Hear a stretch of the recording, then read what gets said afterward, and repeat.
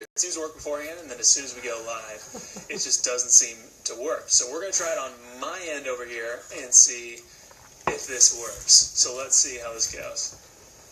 All right. Connecting. And we have sound. Oh, we got sound. Oh, there we go. Finally. I don't know what the deal was. Do you know what? I think Instagram must have done an update or something, because it happened this morning too. I did a live at 6 a.m. and same thing. It just wouldn't connect. So I don't know. Okay, maybe I need to do that on my end too. Who knows? I don't know. So hello and welcome. So I guess we get to do dual introductions. Bearing with my Instagram details today. Oh, we never mind. My people know that smooth is not part of what happens at my house. It's not reality. It's not reality. So let's start with, tell us a little bit about you and pronounce your last name for us, because I won't lie, I never say anything right. Salcido.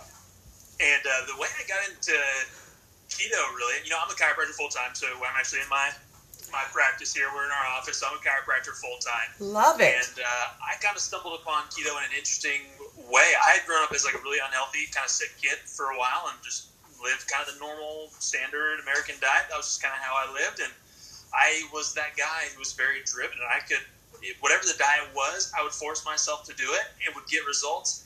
But then I'd feel terrible I was doing it. So I did the whole thing. I remember in high school, I'm about like 200, I was about like 250 pounds, but in perspective, I'm like 180 now.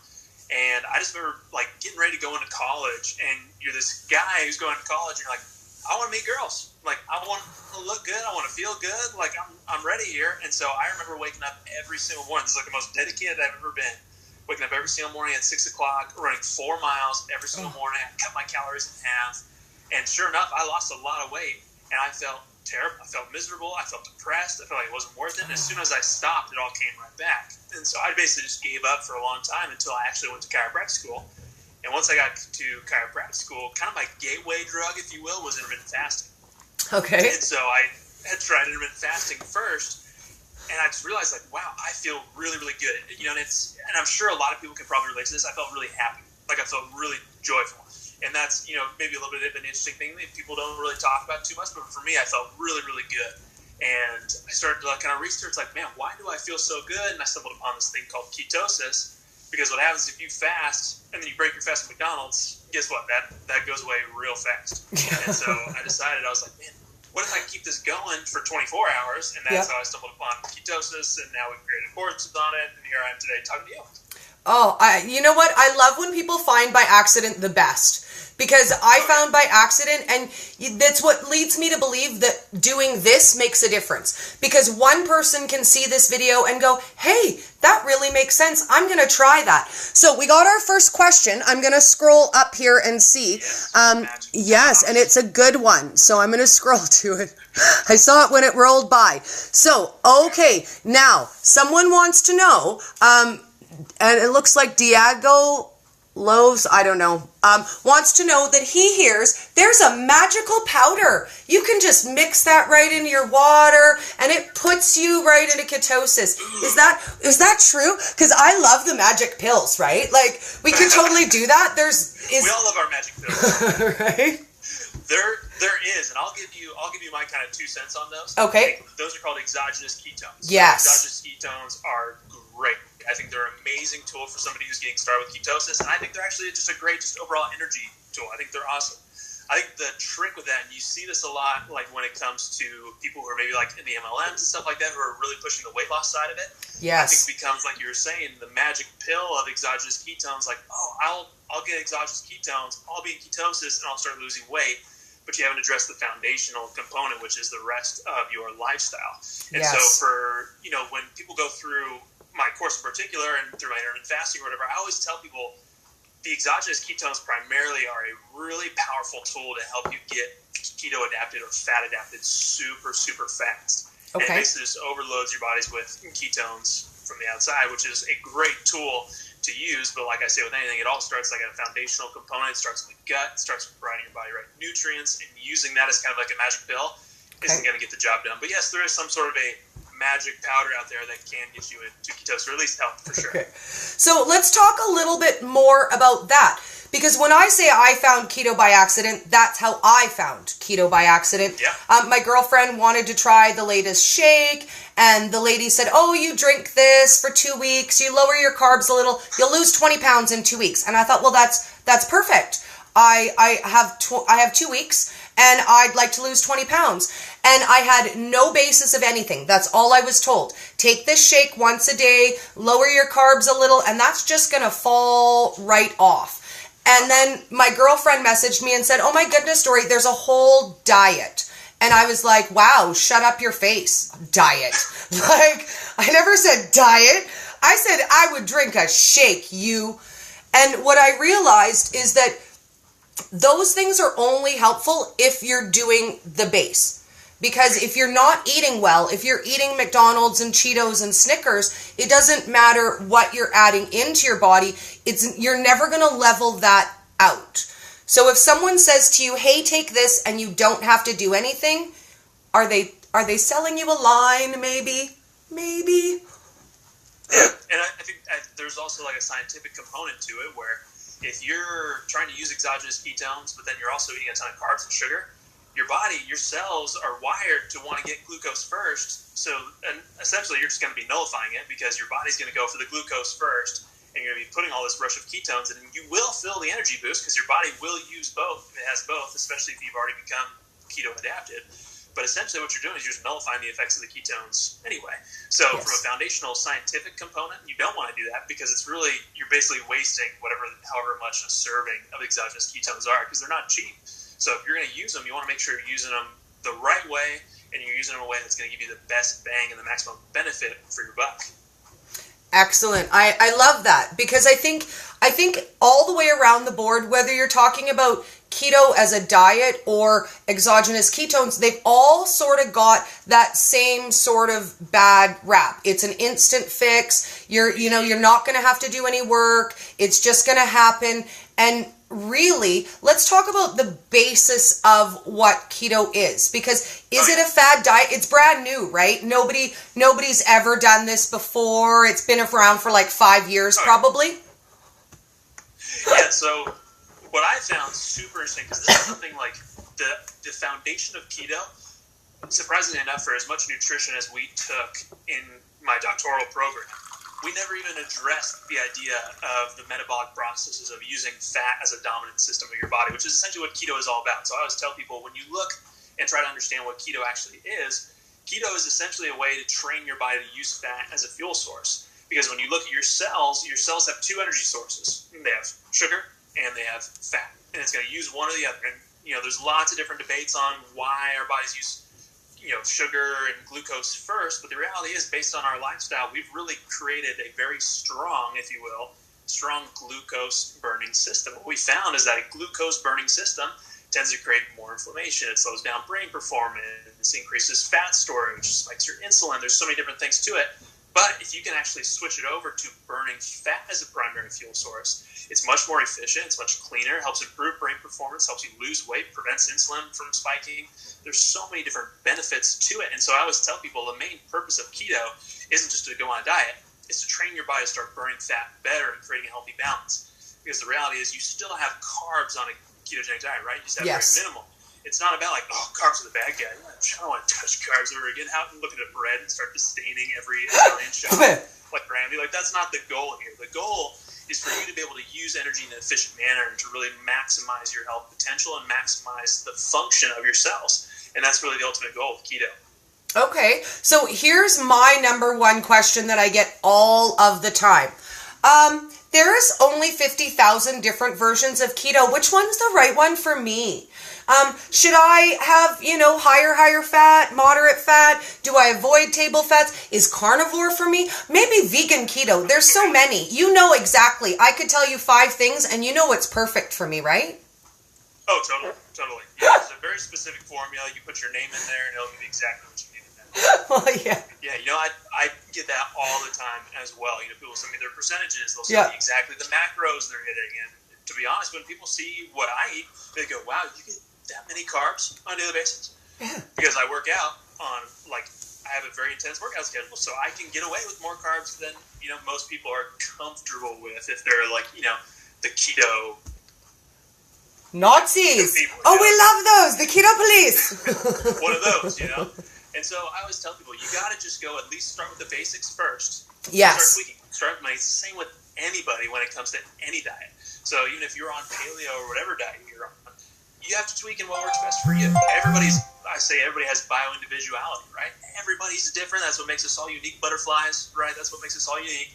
Yes. So it comes down to your genetics. It comes down to your former lifestyle, what's happened to your gut in the past, because what's happening with your gut health can also be affecting how you metabolize certain nutrients. There are so many different ways, and so I always tell people, anybody who's like gone through my courses or follows me on Instagram, I say, like, don't bash people who aren't doing keto the same way you are, and don't always look at what other people are doing in terms of keto, because whatever is best for you and whatever makes you feel the best is the one that matters most. Yes, and you know what? I get that all the time because I'm post-bariatric. So what I eat is such a small quantity that I have increased my fat to make me feel comfortable. But I had somebody message me the other day and say, so, I see that you've had a bariatric surgery and you appear to be following a standard keto. We don't do that. And I was like, oh, we don't? Because it's working for me really good. And she said, no, we do high protein, moderate fat, low carb. And I'm like, but that's not even keto then. If you take away the high fat, to message me and be like, you're doing it wrong. Just so you know. It might be working for you, but it's not right. Yeah. And like, that's just no way to go about anything. We're all here to support each other, not to get on the keto bandwagon. Oh, I'm more keto than you? Like, who cares? I'm the ketoist, just saying. So we got another good question. Keto scoreboard up here. We're just going to start tallying everybody. Gold stars! I want gold stars. Gold stars. I got 5 gold stars today. Woo. Woo. Okay, so we have a good question. In my breakfast, I eat cereal, fruits, bread, juice, no sugar added, but still having a lot of natural sugar.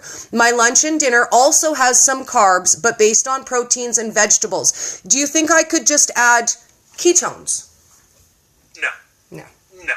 Because essentially what you're looking at here is whenever you use exogenous ketones, you're trying to stimulate the fat-burning system of your cells. Okay. And that's the whole point of why you go keto in the first place. So if you're already on a sugar-burning system, your body will have to burn through sugar first before it gets to fat.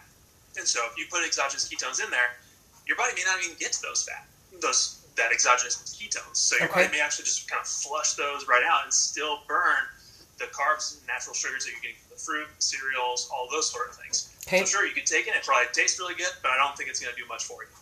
When I took them, on a metabolic cellular level, I will say that they tasted like really yummy. I was really excited. I was like, oh yay, it's morning and I get to make my shake and it tastes like really yummy. But I had changed nothing in my diet and I saw zero benefit from the 2 weeks of shake that I bought. I didn't feel better. I didn't lose any weight. They just tasted like yummy and they were really expensive. So in my situation, it wasn't helpful for me to get them. So what would you have to put in place first before you would see the benefit? Like, would you already have to cut your sugar and carbs, or would you have to maybe do a fast before? Preferably, so here's what I do. If I ever use exogenous ketones, I use them like every so often. Okay. I usually use it once in between meals. So I'm already on an intermittent fasting schedule, so I go pretty much 18 hours. Like, I'm about to have lunch after this. Okay. I'll have like my first meal, and I'll have my dinner. And I basically stick to just 2 meals during that time. And if like I ever have a day where I'm just like extra hungry or something like that, instead of going for something where I have to chew it because I'm seeing patients all day, I'll just have an exogenous ketone drink, and that keeps my body in ketosis but gives me insane amounts of energy. The other way that I've told people to use it, and this one I'm still kind of debating on if I still want to preach this or not, but it could be a way to actually extend your intermittent fast. So let's say you're doing a 16-8 schedule, you want to start pushing it a little bit more to maybe an 18-6. You can use it at the tail end of your fast to help push you a little bit further into your fasting schedule and maybe prolong it just a little bit more. Okay. But ideally what you want to do is you want to get into ketosis first. Or as soon as you're starting the ketogenic diet, you want to start taking the exogenous ketones to flood your body with ketones. Because what happens during that transition of getting fat adapted or like going through the keto flu, let's say, basically what your body's trying to do is it's trying to learn how to process fats again, how to burn fats properly. And that comes down even at a cellular level to building fat receptors on your cells. And so when you look at like high intensity exercise being one of the most profound things you can combine when going through the keto flu, it's because it helps your cells build more of those receptors. So essentially what you're doing when you're putting these exogenous ketones with like the keto flu is you're basically like force feeding ketones down your gullet. And you're basically forcing your body to go like, whoa, okay, what do we do with these? Well, let's use them while we got them, and it helps you bust through that a little bit faster. Okay. Now, the other thing that I see a lot that I think makes people feel leery, like super leery about exogenous ketones, is that they market it like it's brand new. If you go off plan, you ate what you weren't supposed to, you can just fix it. You can take, drink this shake and that's going to erase. You can have a donut for breakfast and then have this shake because it's just going to reset you. It's going to pop you right back into ketosis. Now, is that true, or is that just a faux pas in marketing, perhaps? No, that's a bit of a faux pas in marketing. There is some truth to that where, like, it'll put you in ketosis right away. You'll see blood ketones there, right? Yes. But will you stay in it? That's the thing. So, for instance, I got a chance, and I have a video of this on my YouTube channel. It just blew me away. I'm sure some of your listeners have probably heard of ketone esters. Yes. It's like ketone jet fuel. Yes. So I got to try one from a company called Ketone Aid, and it basically, to put it in perspective, within 10 minutes, I was at like a 5.7 in terms of ketosis. Like, it just shot me through the roof. But what happens is as soon as I kind of burned through those ketone esters, I was right back down to like my usual. And so that's going to happen with you. So even though you put the exogenous ketones in, as soon as your body burns it off, it's going to go back to its resting metabolic state. And whether you're already in ketosis or not, it's going to go right back to that. Okay, so it's not a license to, cheat on our way of life then. It doesn't mean go and have pizza and pierogies. If that was the case, I would have that every single day. Donuts would be piled up in my room. Set. I think everybody would. So we have a question. Hi, Dr. Brady. How do you start your day referring to food and drinks? Do you eat or drink before or after you exercise? Great question. Okay, so I won't get too detailed with this because I can always get super nerdy and scientific. So I don't have breakfast in the morning, and I've been intermittent fasting for like 4 years now. Every once in a while on the weekend, me and my wife will have a breakfast. We'll do like some sort of eggs and bacon, keto-friendly breakfast if we want. But for the most part, I intermittent fast every single morning, and then I work out at noon, except for today. Okay. And so before I work out, depending on what my workout is, because if I'm doing more of like a strength training workout, I'll eat before because I want a little bit of those nutrients and fuel to fuel my muscles as well. So sometimes I'll have like some zucchini or something that has a mild amount of carbs. Fuel my muscle glycogen, and that'll help fuel my workout. If it's strictly endurance, like if I'm going to go on a run or a trail run or a bike event or something like that, I actually won't eat anything. I'll just let my body just kind of burn through ketones because your body works really, really good endurance-wise on ketosis, like phenomenally well. And so I always tell people, if you're concerned that ketosis is going to bother your athletic performance, no, you just need to know how to tweak it properly. And so if you're going to be using more strength training, just get a little bit of carbs in through there, like zucchini or something mild. But if not, ketosis is so great for endurance training. So that's kind of how I do it. I'll mix it up, here and there. But that's essentially like my standard template that I use. So I hear a lot of workout guys say, oh, no, you have to carb load. If you're going to work out, you have to carb load. Is there truth to that? And if there is, can you carb load with things like veggies, or do they mean, have yourself some whole wheat toast because you want to carb up before you work out? It depends on what your goals are. If your goal is for muscle hypertrophy, if you're trying to get big muscles, then there is some truth to wanting that insulin beforehand. Getting that insulin spike beforehand because insulin helps grow muscles. But there is kind of the caveat to that where if you are in a fasted training workout, and I know Thomas DeLauer, me and him had a great conversation about this, is that when you do a fasted workout, it stimulates production of HGH, which is a very similar thing for helping grow muscles. So there really is kind of a two-way street. I don't think it's necessary. I think if you are looking for someone who's like an elite athletic performer, they may want carbs for a workout because you just never quite know how your body's going to respond that given day. So if you want to mature it, you definitely want a little bit of carbs. But yeah, you can do it through vegetables. There's plenty of carbohydrates in different vegetables out there. Zucchini, the squashes, even sweet potatoes would be kind of like your next level that's out there. And they're low in starch and fiber, so they get digested slower. So you're going to have a more sustained, prolonged energy kind of bulk there. So yeah, totally. So unless we're Olympic level athletes, we probably don't have to concern ourselves. I don't think you need to be that too concerned about it. Okay. So I'm doing the keto diet. Can I still take my whey protein And BCA? Oh, that's a great question. You want to be very careful with those. Okay. A lot of those contain a lot of fillers that can definitely throw you out of ketosis. A lot of them contain a lot of sweeteners that'll throw you out of ketosis. You really need to do your research. I personally don't do any protein powders anymore for that strict reason. Branched chain amino acids you can get away with. I would try to do it like before a meal or something like that, so that way you're taking it with your insulin and with your insulin spike that you're getting from some of your meals. But again, I avoid those too, because a lot of the ones out there come with a lot of fillers, unless you're getting it that's just like the pure arginine, pure, all these different things. So I try to avoid those at all costs, because I do find that the more you go into the products and the processed products, there are a lot of things that you can't always count on that could be inadvertently throwing you out of ketosis. They may taste great, but they could be throwing you off your game.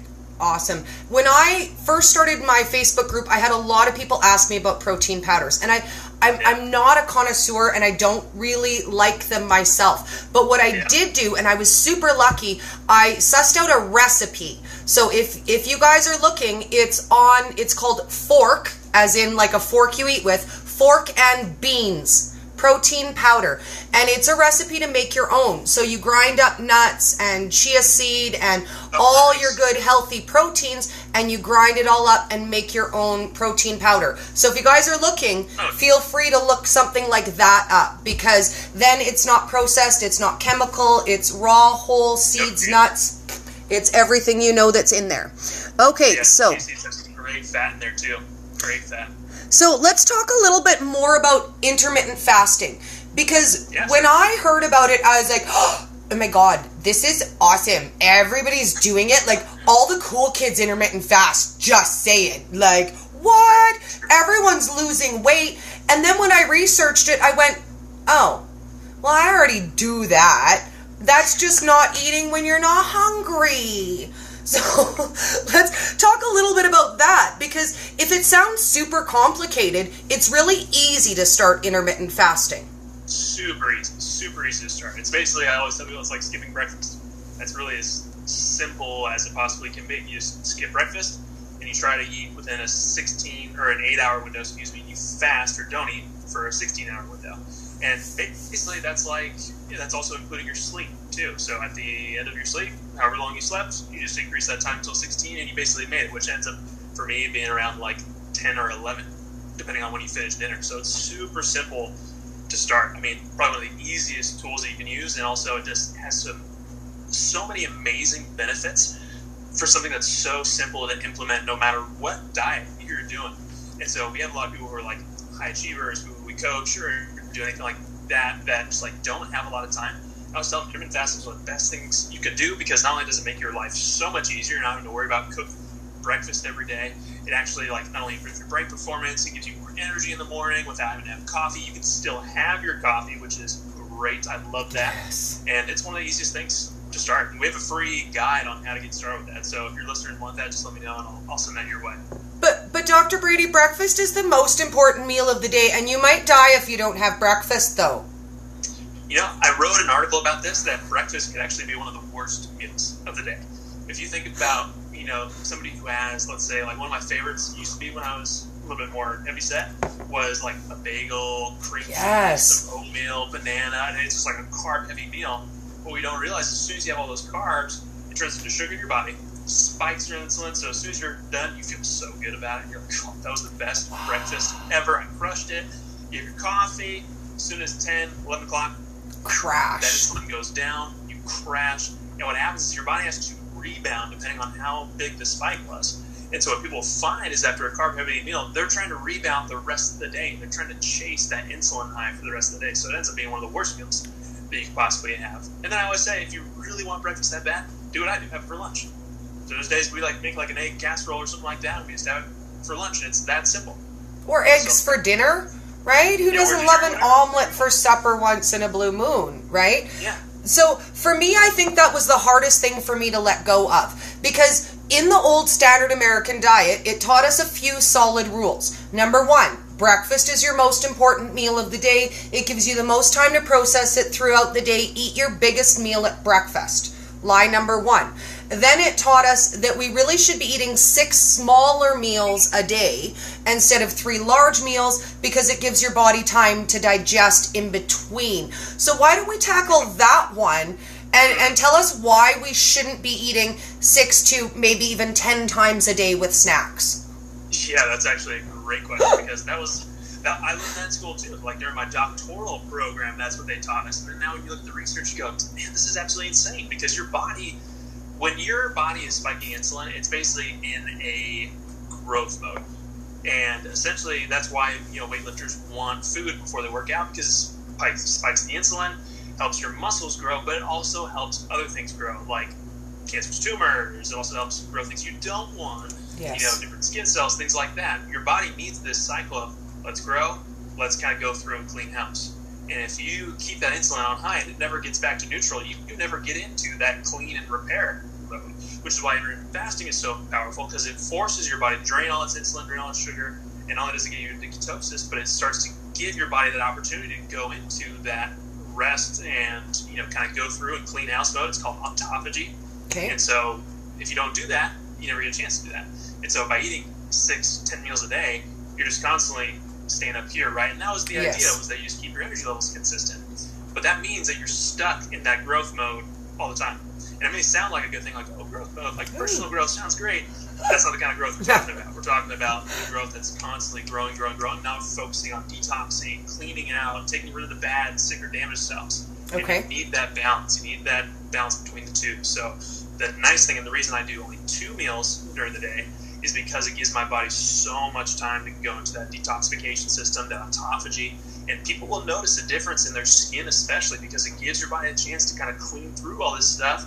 And people will notice, like, wow, I have healthier looking skin, I feel more energy, I don't feel as run down. It's because you're giving your body a chance to go through those cycles.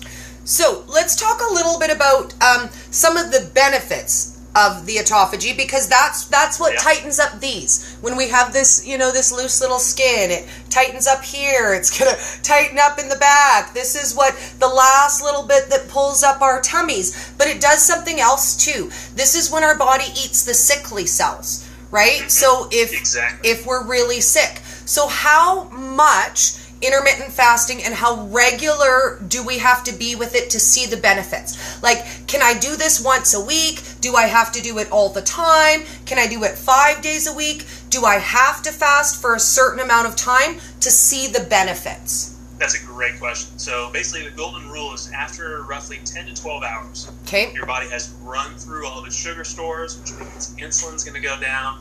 And that's when you're going to start to see the uptake in autophagy. That's going to be the first instance. And what we've seen is that the longer you go, which is why I go 18 hours, not 16, the more exponential the benefits are. Okay. Now, obviously, nobody's going to start there first time, because that can get a little tough to kind of go into that. But I always say intermittent fasting on autophagy is kind of like exercise. Okay. You do it as often as you can, as often as you want. Okay. And so for me, that's the beautiful thing about this lifestyle, is that it's not like, if you don't do this 6 days a week, you're not going to see any benefits. Like, that's not the way it is. And it allows you to be very flexible with your lifestyle. So guess what? There are weekends where me and my wife want to go have a date morning and we want to go have breakfast. I'm not going to intermittent fast. Sorry. Like, sue me. It's just not going to happen. You need that freedom in the lifestyle, and it's going to make it a lot easier to maintain that lifestyle. And so I always say the longer you can go, the better, as many days per week as you can. And what a lot of people notice, who have taken my course, is they start to realize, okay, I started 3 days a week. But I felt really good those 3 days, and then the 4 days I didn't feel as good. So now I'm doing it 4 days. They do the 4 days, and they just keep going more and more and more until they find a good rhythm for their life, their lifestyle, their diet, and it just ends up working really, really smooth. And so that's kind of the beautiful thing about it, is it's so flexible. And it shouldn't feel like work. You should not be looking at your watch and going, oh God, it is 6 more hours before I can eat. I'm going to die. The key is to set your fasting window when it's comfortable for you. So at the time of day you wouldn't normally eat anyways, extend that time of day. For me, it just ended up being that we eat dinner later and I eat later because we eat in the evening. So now we eat at 8 p.m. and my eating window is weird. I fast from 11 p.m. until 2 or 3 o'clock in the afternoon the next day. But it's still, that's what works for me with my schedule and with my family. So just because so-and-so intermittent fasts from this time till this time, we can pick whatever time we want, right? Totally. We have people who have coached through they skip dinner. Now, I personally wouldn't skip dinner. I love dinner. I come home after a long day. I want some food for sure. Yes. And so for them, based on their lifestyle, it's a lot easier for them to skip dinner than breakfast. So it just depends on whatever you want to do. I always say dinner kind of ends up being the trickier one of the two, just because your body needs a little bit of that food to help secrete more serotonin, which then helps create more melatonin, which is important for sleep. So I would say if you're someone who's going to be skipping dinner, this is really important. If you're someone who's skipping dinner, if you start noticing your sleep starts to get affected, you probably should go off that schedule and switch over to breakfast, because it just means your body's not able to get enough of that melatonin, and so you need to get that back in there. Well, and one of the other misnomers that I think I come across all the time is you can't eat after a certain time of day. You know, if you want to lose weight, don't eat after 6 p.m. or don't eat after 7 p.m. And I'm like, am I a gremlin? Don't feed it after a certain time? Yeah, oh no. It gets super cranky. So there's no truth to that then. I don't have to worry. I can eat if I'm hungry. The only thing you want to worry about is how close you're eating to bedtime. Okay. That's the big one. You want to give your body ample amounts of time to kind of process that food, because as soon as you go to sleep, your digestion starts to go down. You want to make sure you're thoroughly digesting on your food. Okay. So I always say wait at least an hour and a half to 2 hours before bed for your last meal to finish before you go to bed. Okay. And are there particular things that maybe we should be having for this last meal that are easier for our body to digest? Like, for example, for me, I love a bedtime snack. Because of my bariatric surgery, I have a sore stomach if I don't eat before bed. Oh, yeah. So I usually will have 2 tablespoons of sour cream with sweetener and some flavor, or I'll have a little bit of chia pudding or something like that. But is there... Great, yeah. Oh, it's so awesome. And for people who've never had it, I pity you. It's good hot, it's good so cold, it's... Oh, hail to the chia pudding. I don't know how I lived without it. It replaced oatmeal in my life forever. I will never again miss oatmeal. Fat bombs are great. Love fat bombs. Those are classic that we use. We have one where we use all natural peanut butter, and it's delicious. Tastes just like a Reese's peanut butter cup. It's fantastic. Yeah. So is there something particular, if you're going to bedtime snack, is there something maybe that we should be eating that digests really easily or that you would suggest? You particularly want fats. If you're doing a pre-bedtime snack, okay, you want something that has a little bit of that fat in there, because it's going to get digested a lot faster than carbohydrates do. Carbohydrates have a little bit of a longer process. But I'll tell you what, here's what I do for most of my days. So I start my morning off fasting, right? And as I go throughout the day, I kind of scale up my carb intake, if this makes sense. So basically what I do is, when I intermittent fast, it's basically nothing. And then I go to lunch, and my lunch is pretty much greens, a little bit of veggies, it's a salad, a little bit of protein, some chicken, some fish, something like that. And then once I get to dinner, that's when I save all my carbohydrates for it. That's when we're going to have the zucchini, we're going to have the broccoli, things like that. Every once in a while I'll have, a sweet potato if I feel like going crazy a little bit. But for the most part, we kind of scale it up that way, because I want my carbs to be closer to bedtime to help with my sleep. And then if I really need kind of a bedtime snack, we'll go for some of those other things. Awesome. So we've kind of run a little over on time. So to wind up, what I would love to, I know, right? Who's watching? Not me. I would love for you to tell us where we can find you. So where do we find your course? How do we find you on Facebook? What's your YouTube channel? Because we're your new best friend, and we want to follow you everywhere. I love new best friends. So you can follow me at Dr. Brady Salcido. It's all one word, Brady Salcido. And that's the same for Facebook, YouTube, all those things. And if you want my course, all you gotta do is go to either my profile, and there's a little link in there. It'll take you directly to the course where you can get a super, super big discount on it. Or you can head over to Udemy and just type in keto, and ours is the bestseller that's on there. We have 130 positive reviews. We've taught 700 people so far in this course. I've taken people completely through this course, front to finish. It's one of the top selling ones on Udemy. I love their courses. If you guys have not checked them out yet, go. Because literally everything you could possibly imagine is available there. Wow. So what I'm going to do is... Keto grocery guide. It comes with recipes. It comes with an intermittent fasting starter guide. So all the stuff we were just talking about, today. Yes. You'll find a lot of that bonus stuff in the course as well too. Perfect. So what I'm going to do is when we get off live and I save this, I'm going to find those links and I'm going to post them on the Facebook Live and add them to the YouTube. So that way when anybody's looking for them, they can just click them and we're going to follow you around everywhere, buddy. Please do. I'm full of comedy and humor and tons of good stuff. We love it. Well, we hope to see you soon. I would love to make it a regular get together on Mondays if you have time. Thanks for having me. Yes, thank you so much. Have a great day. See you guys. Bye, guys.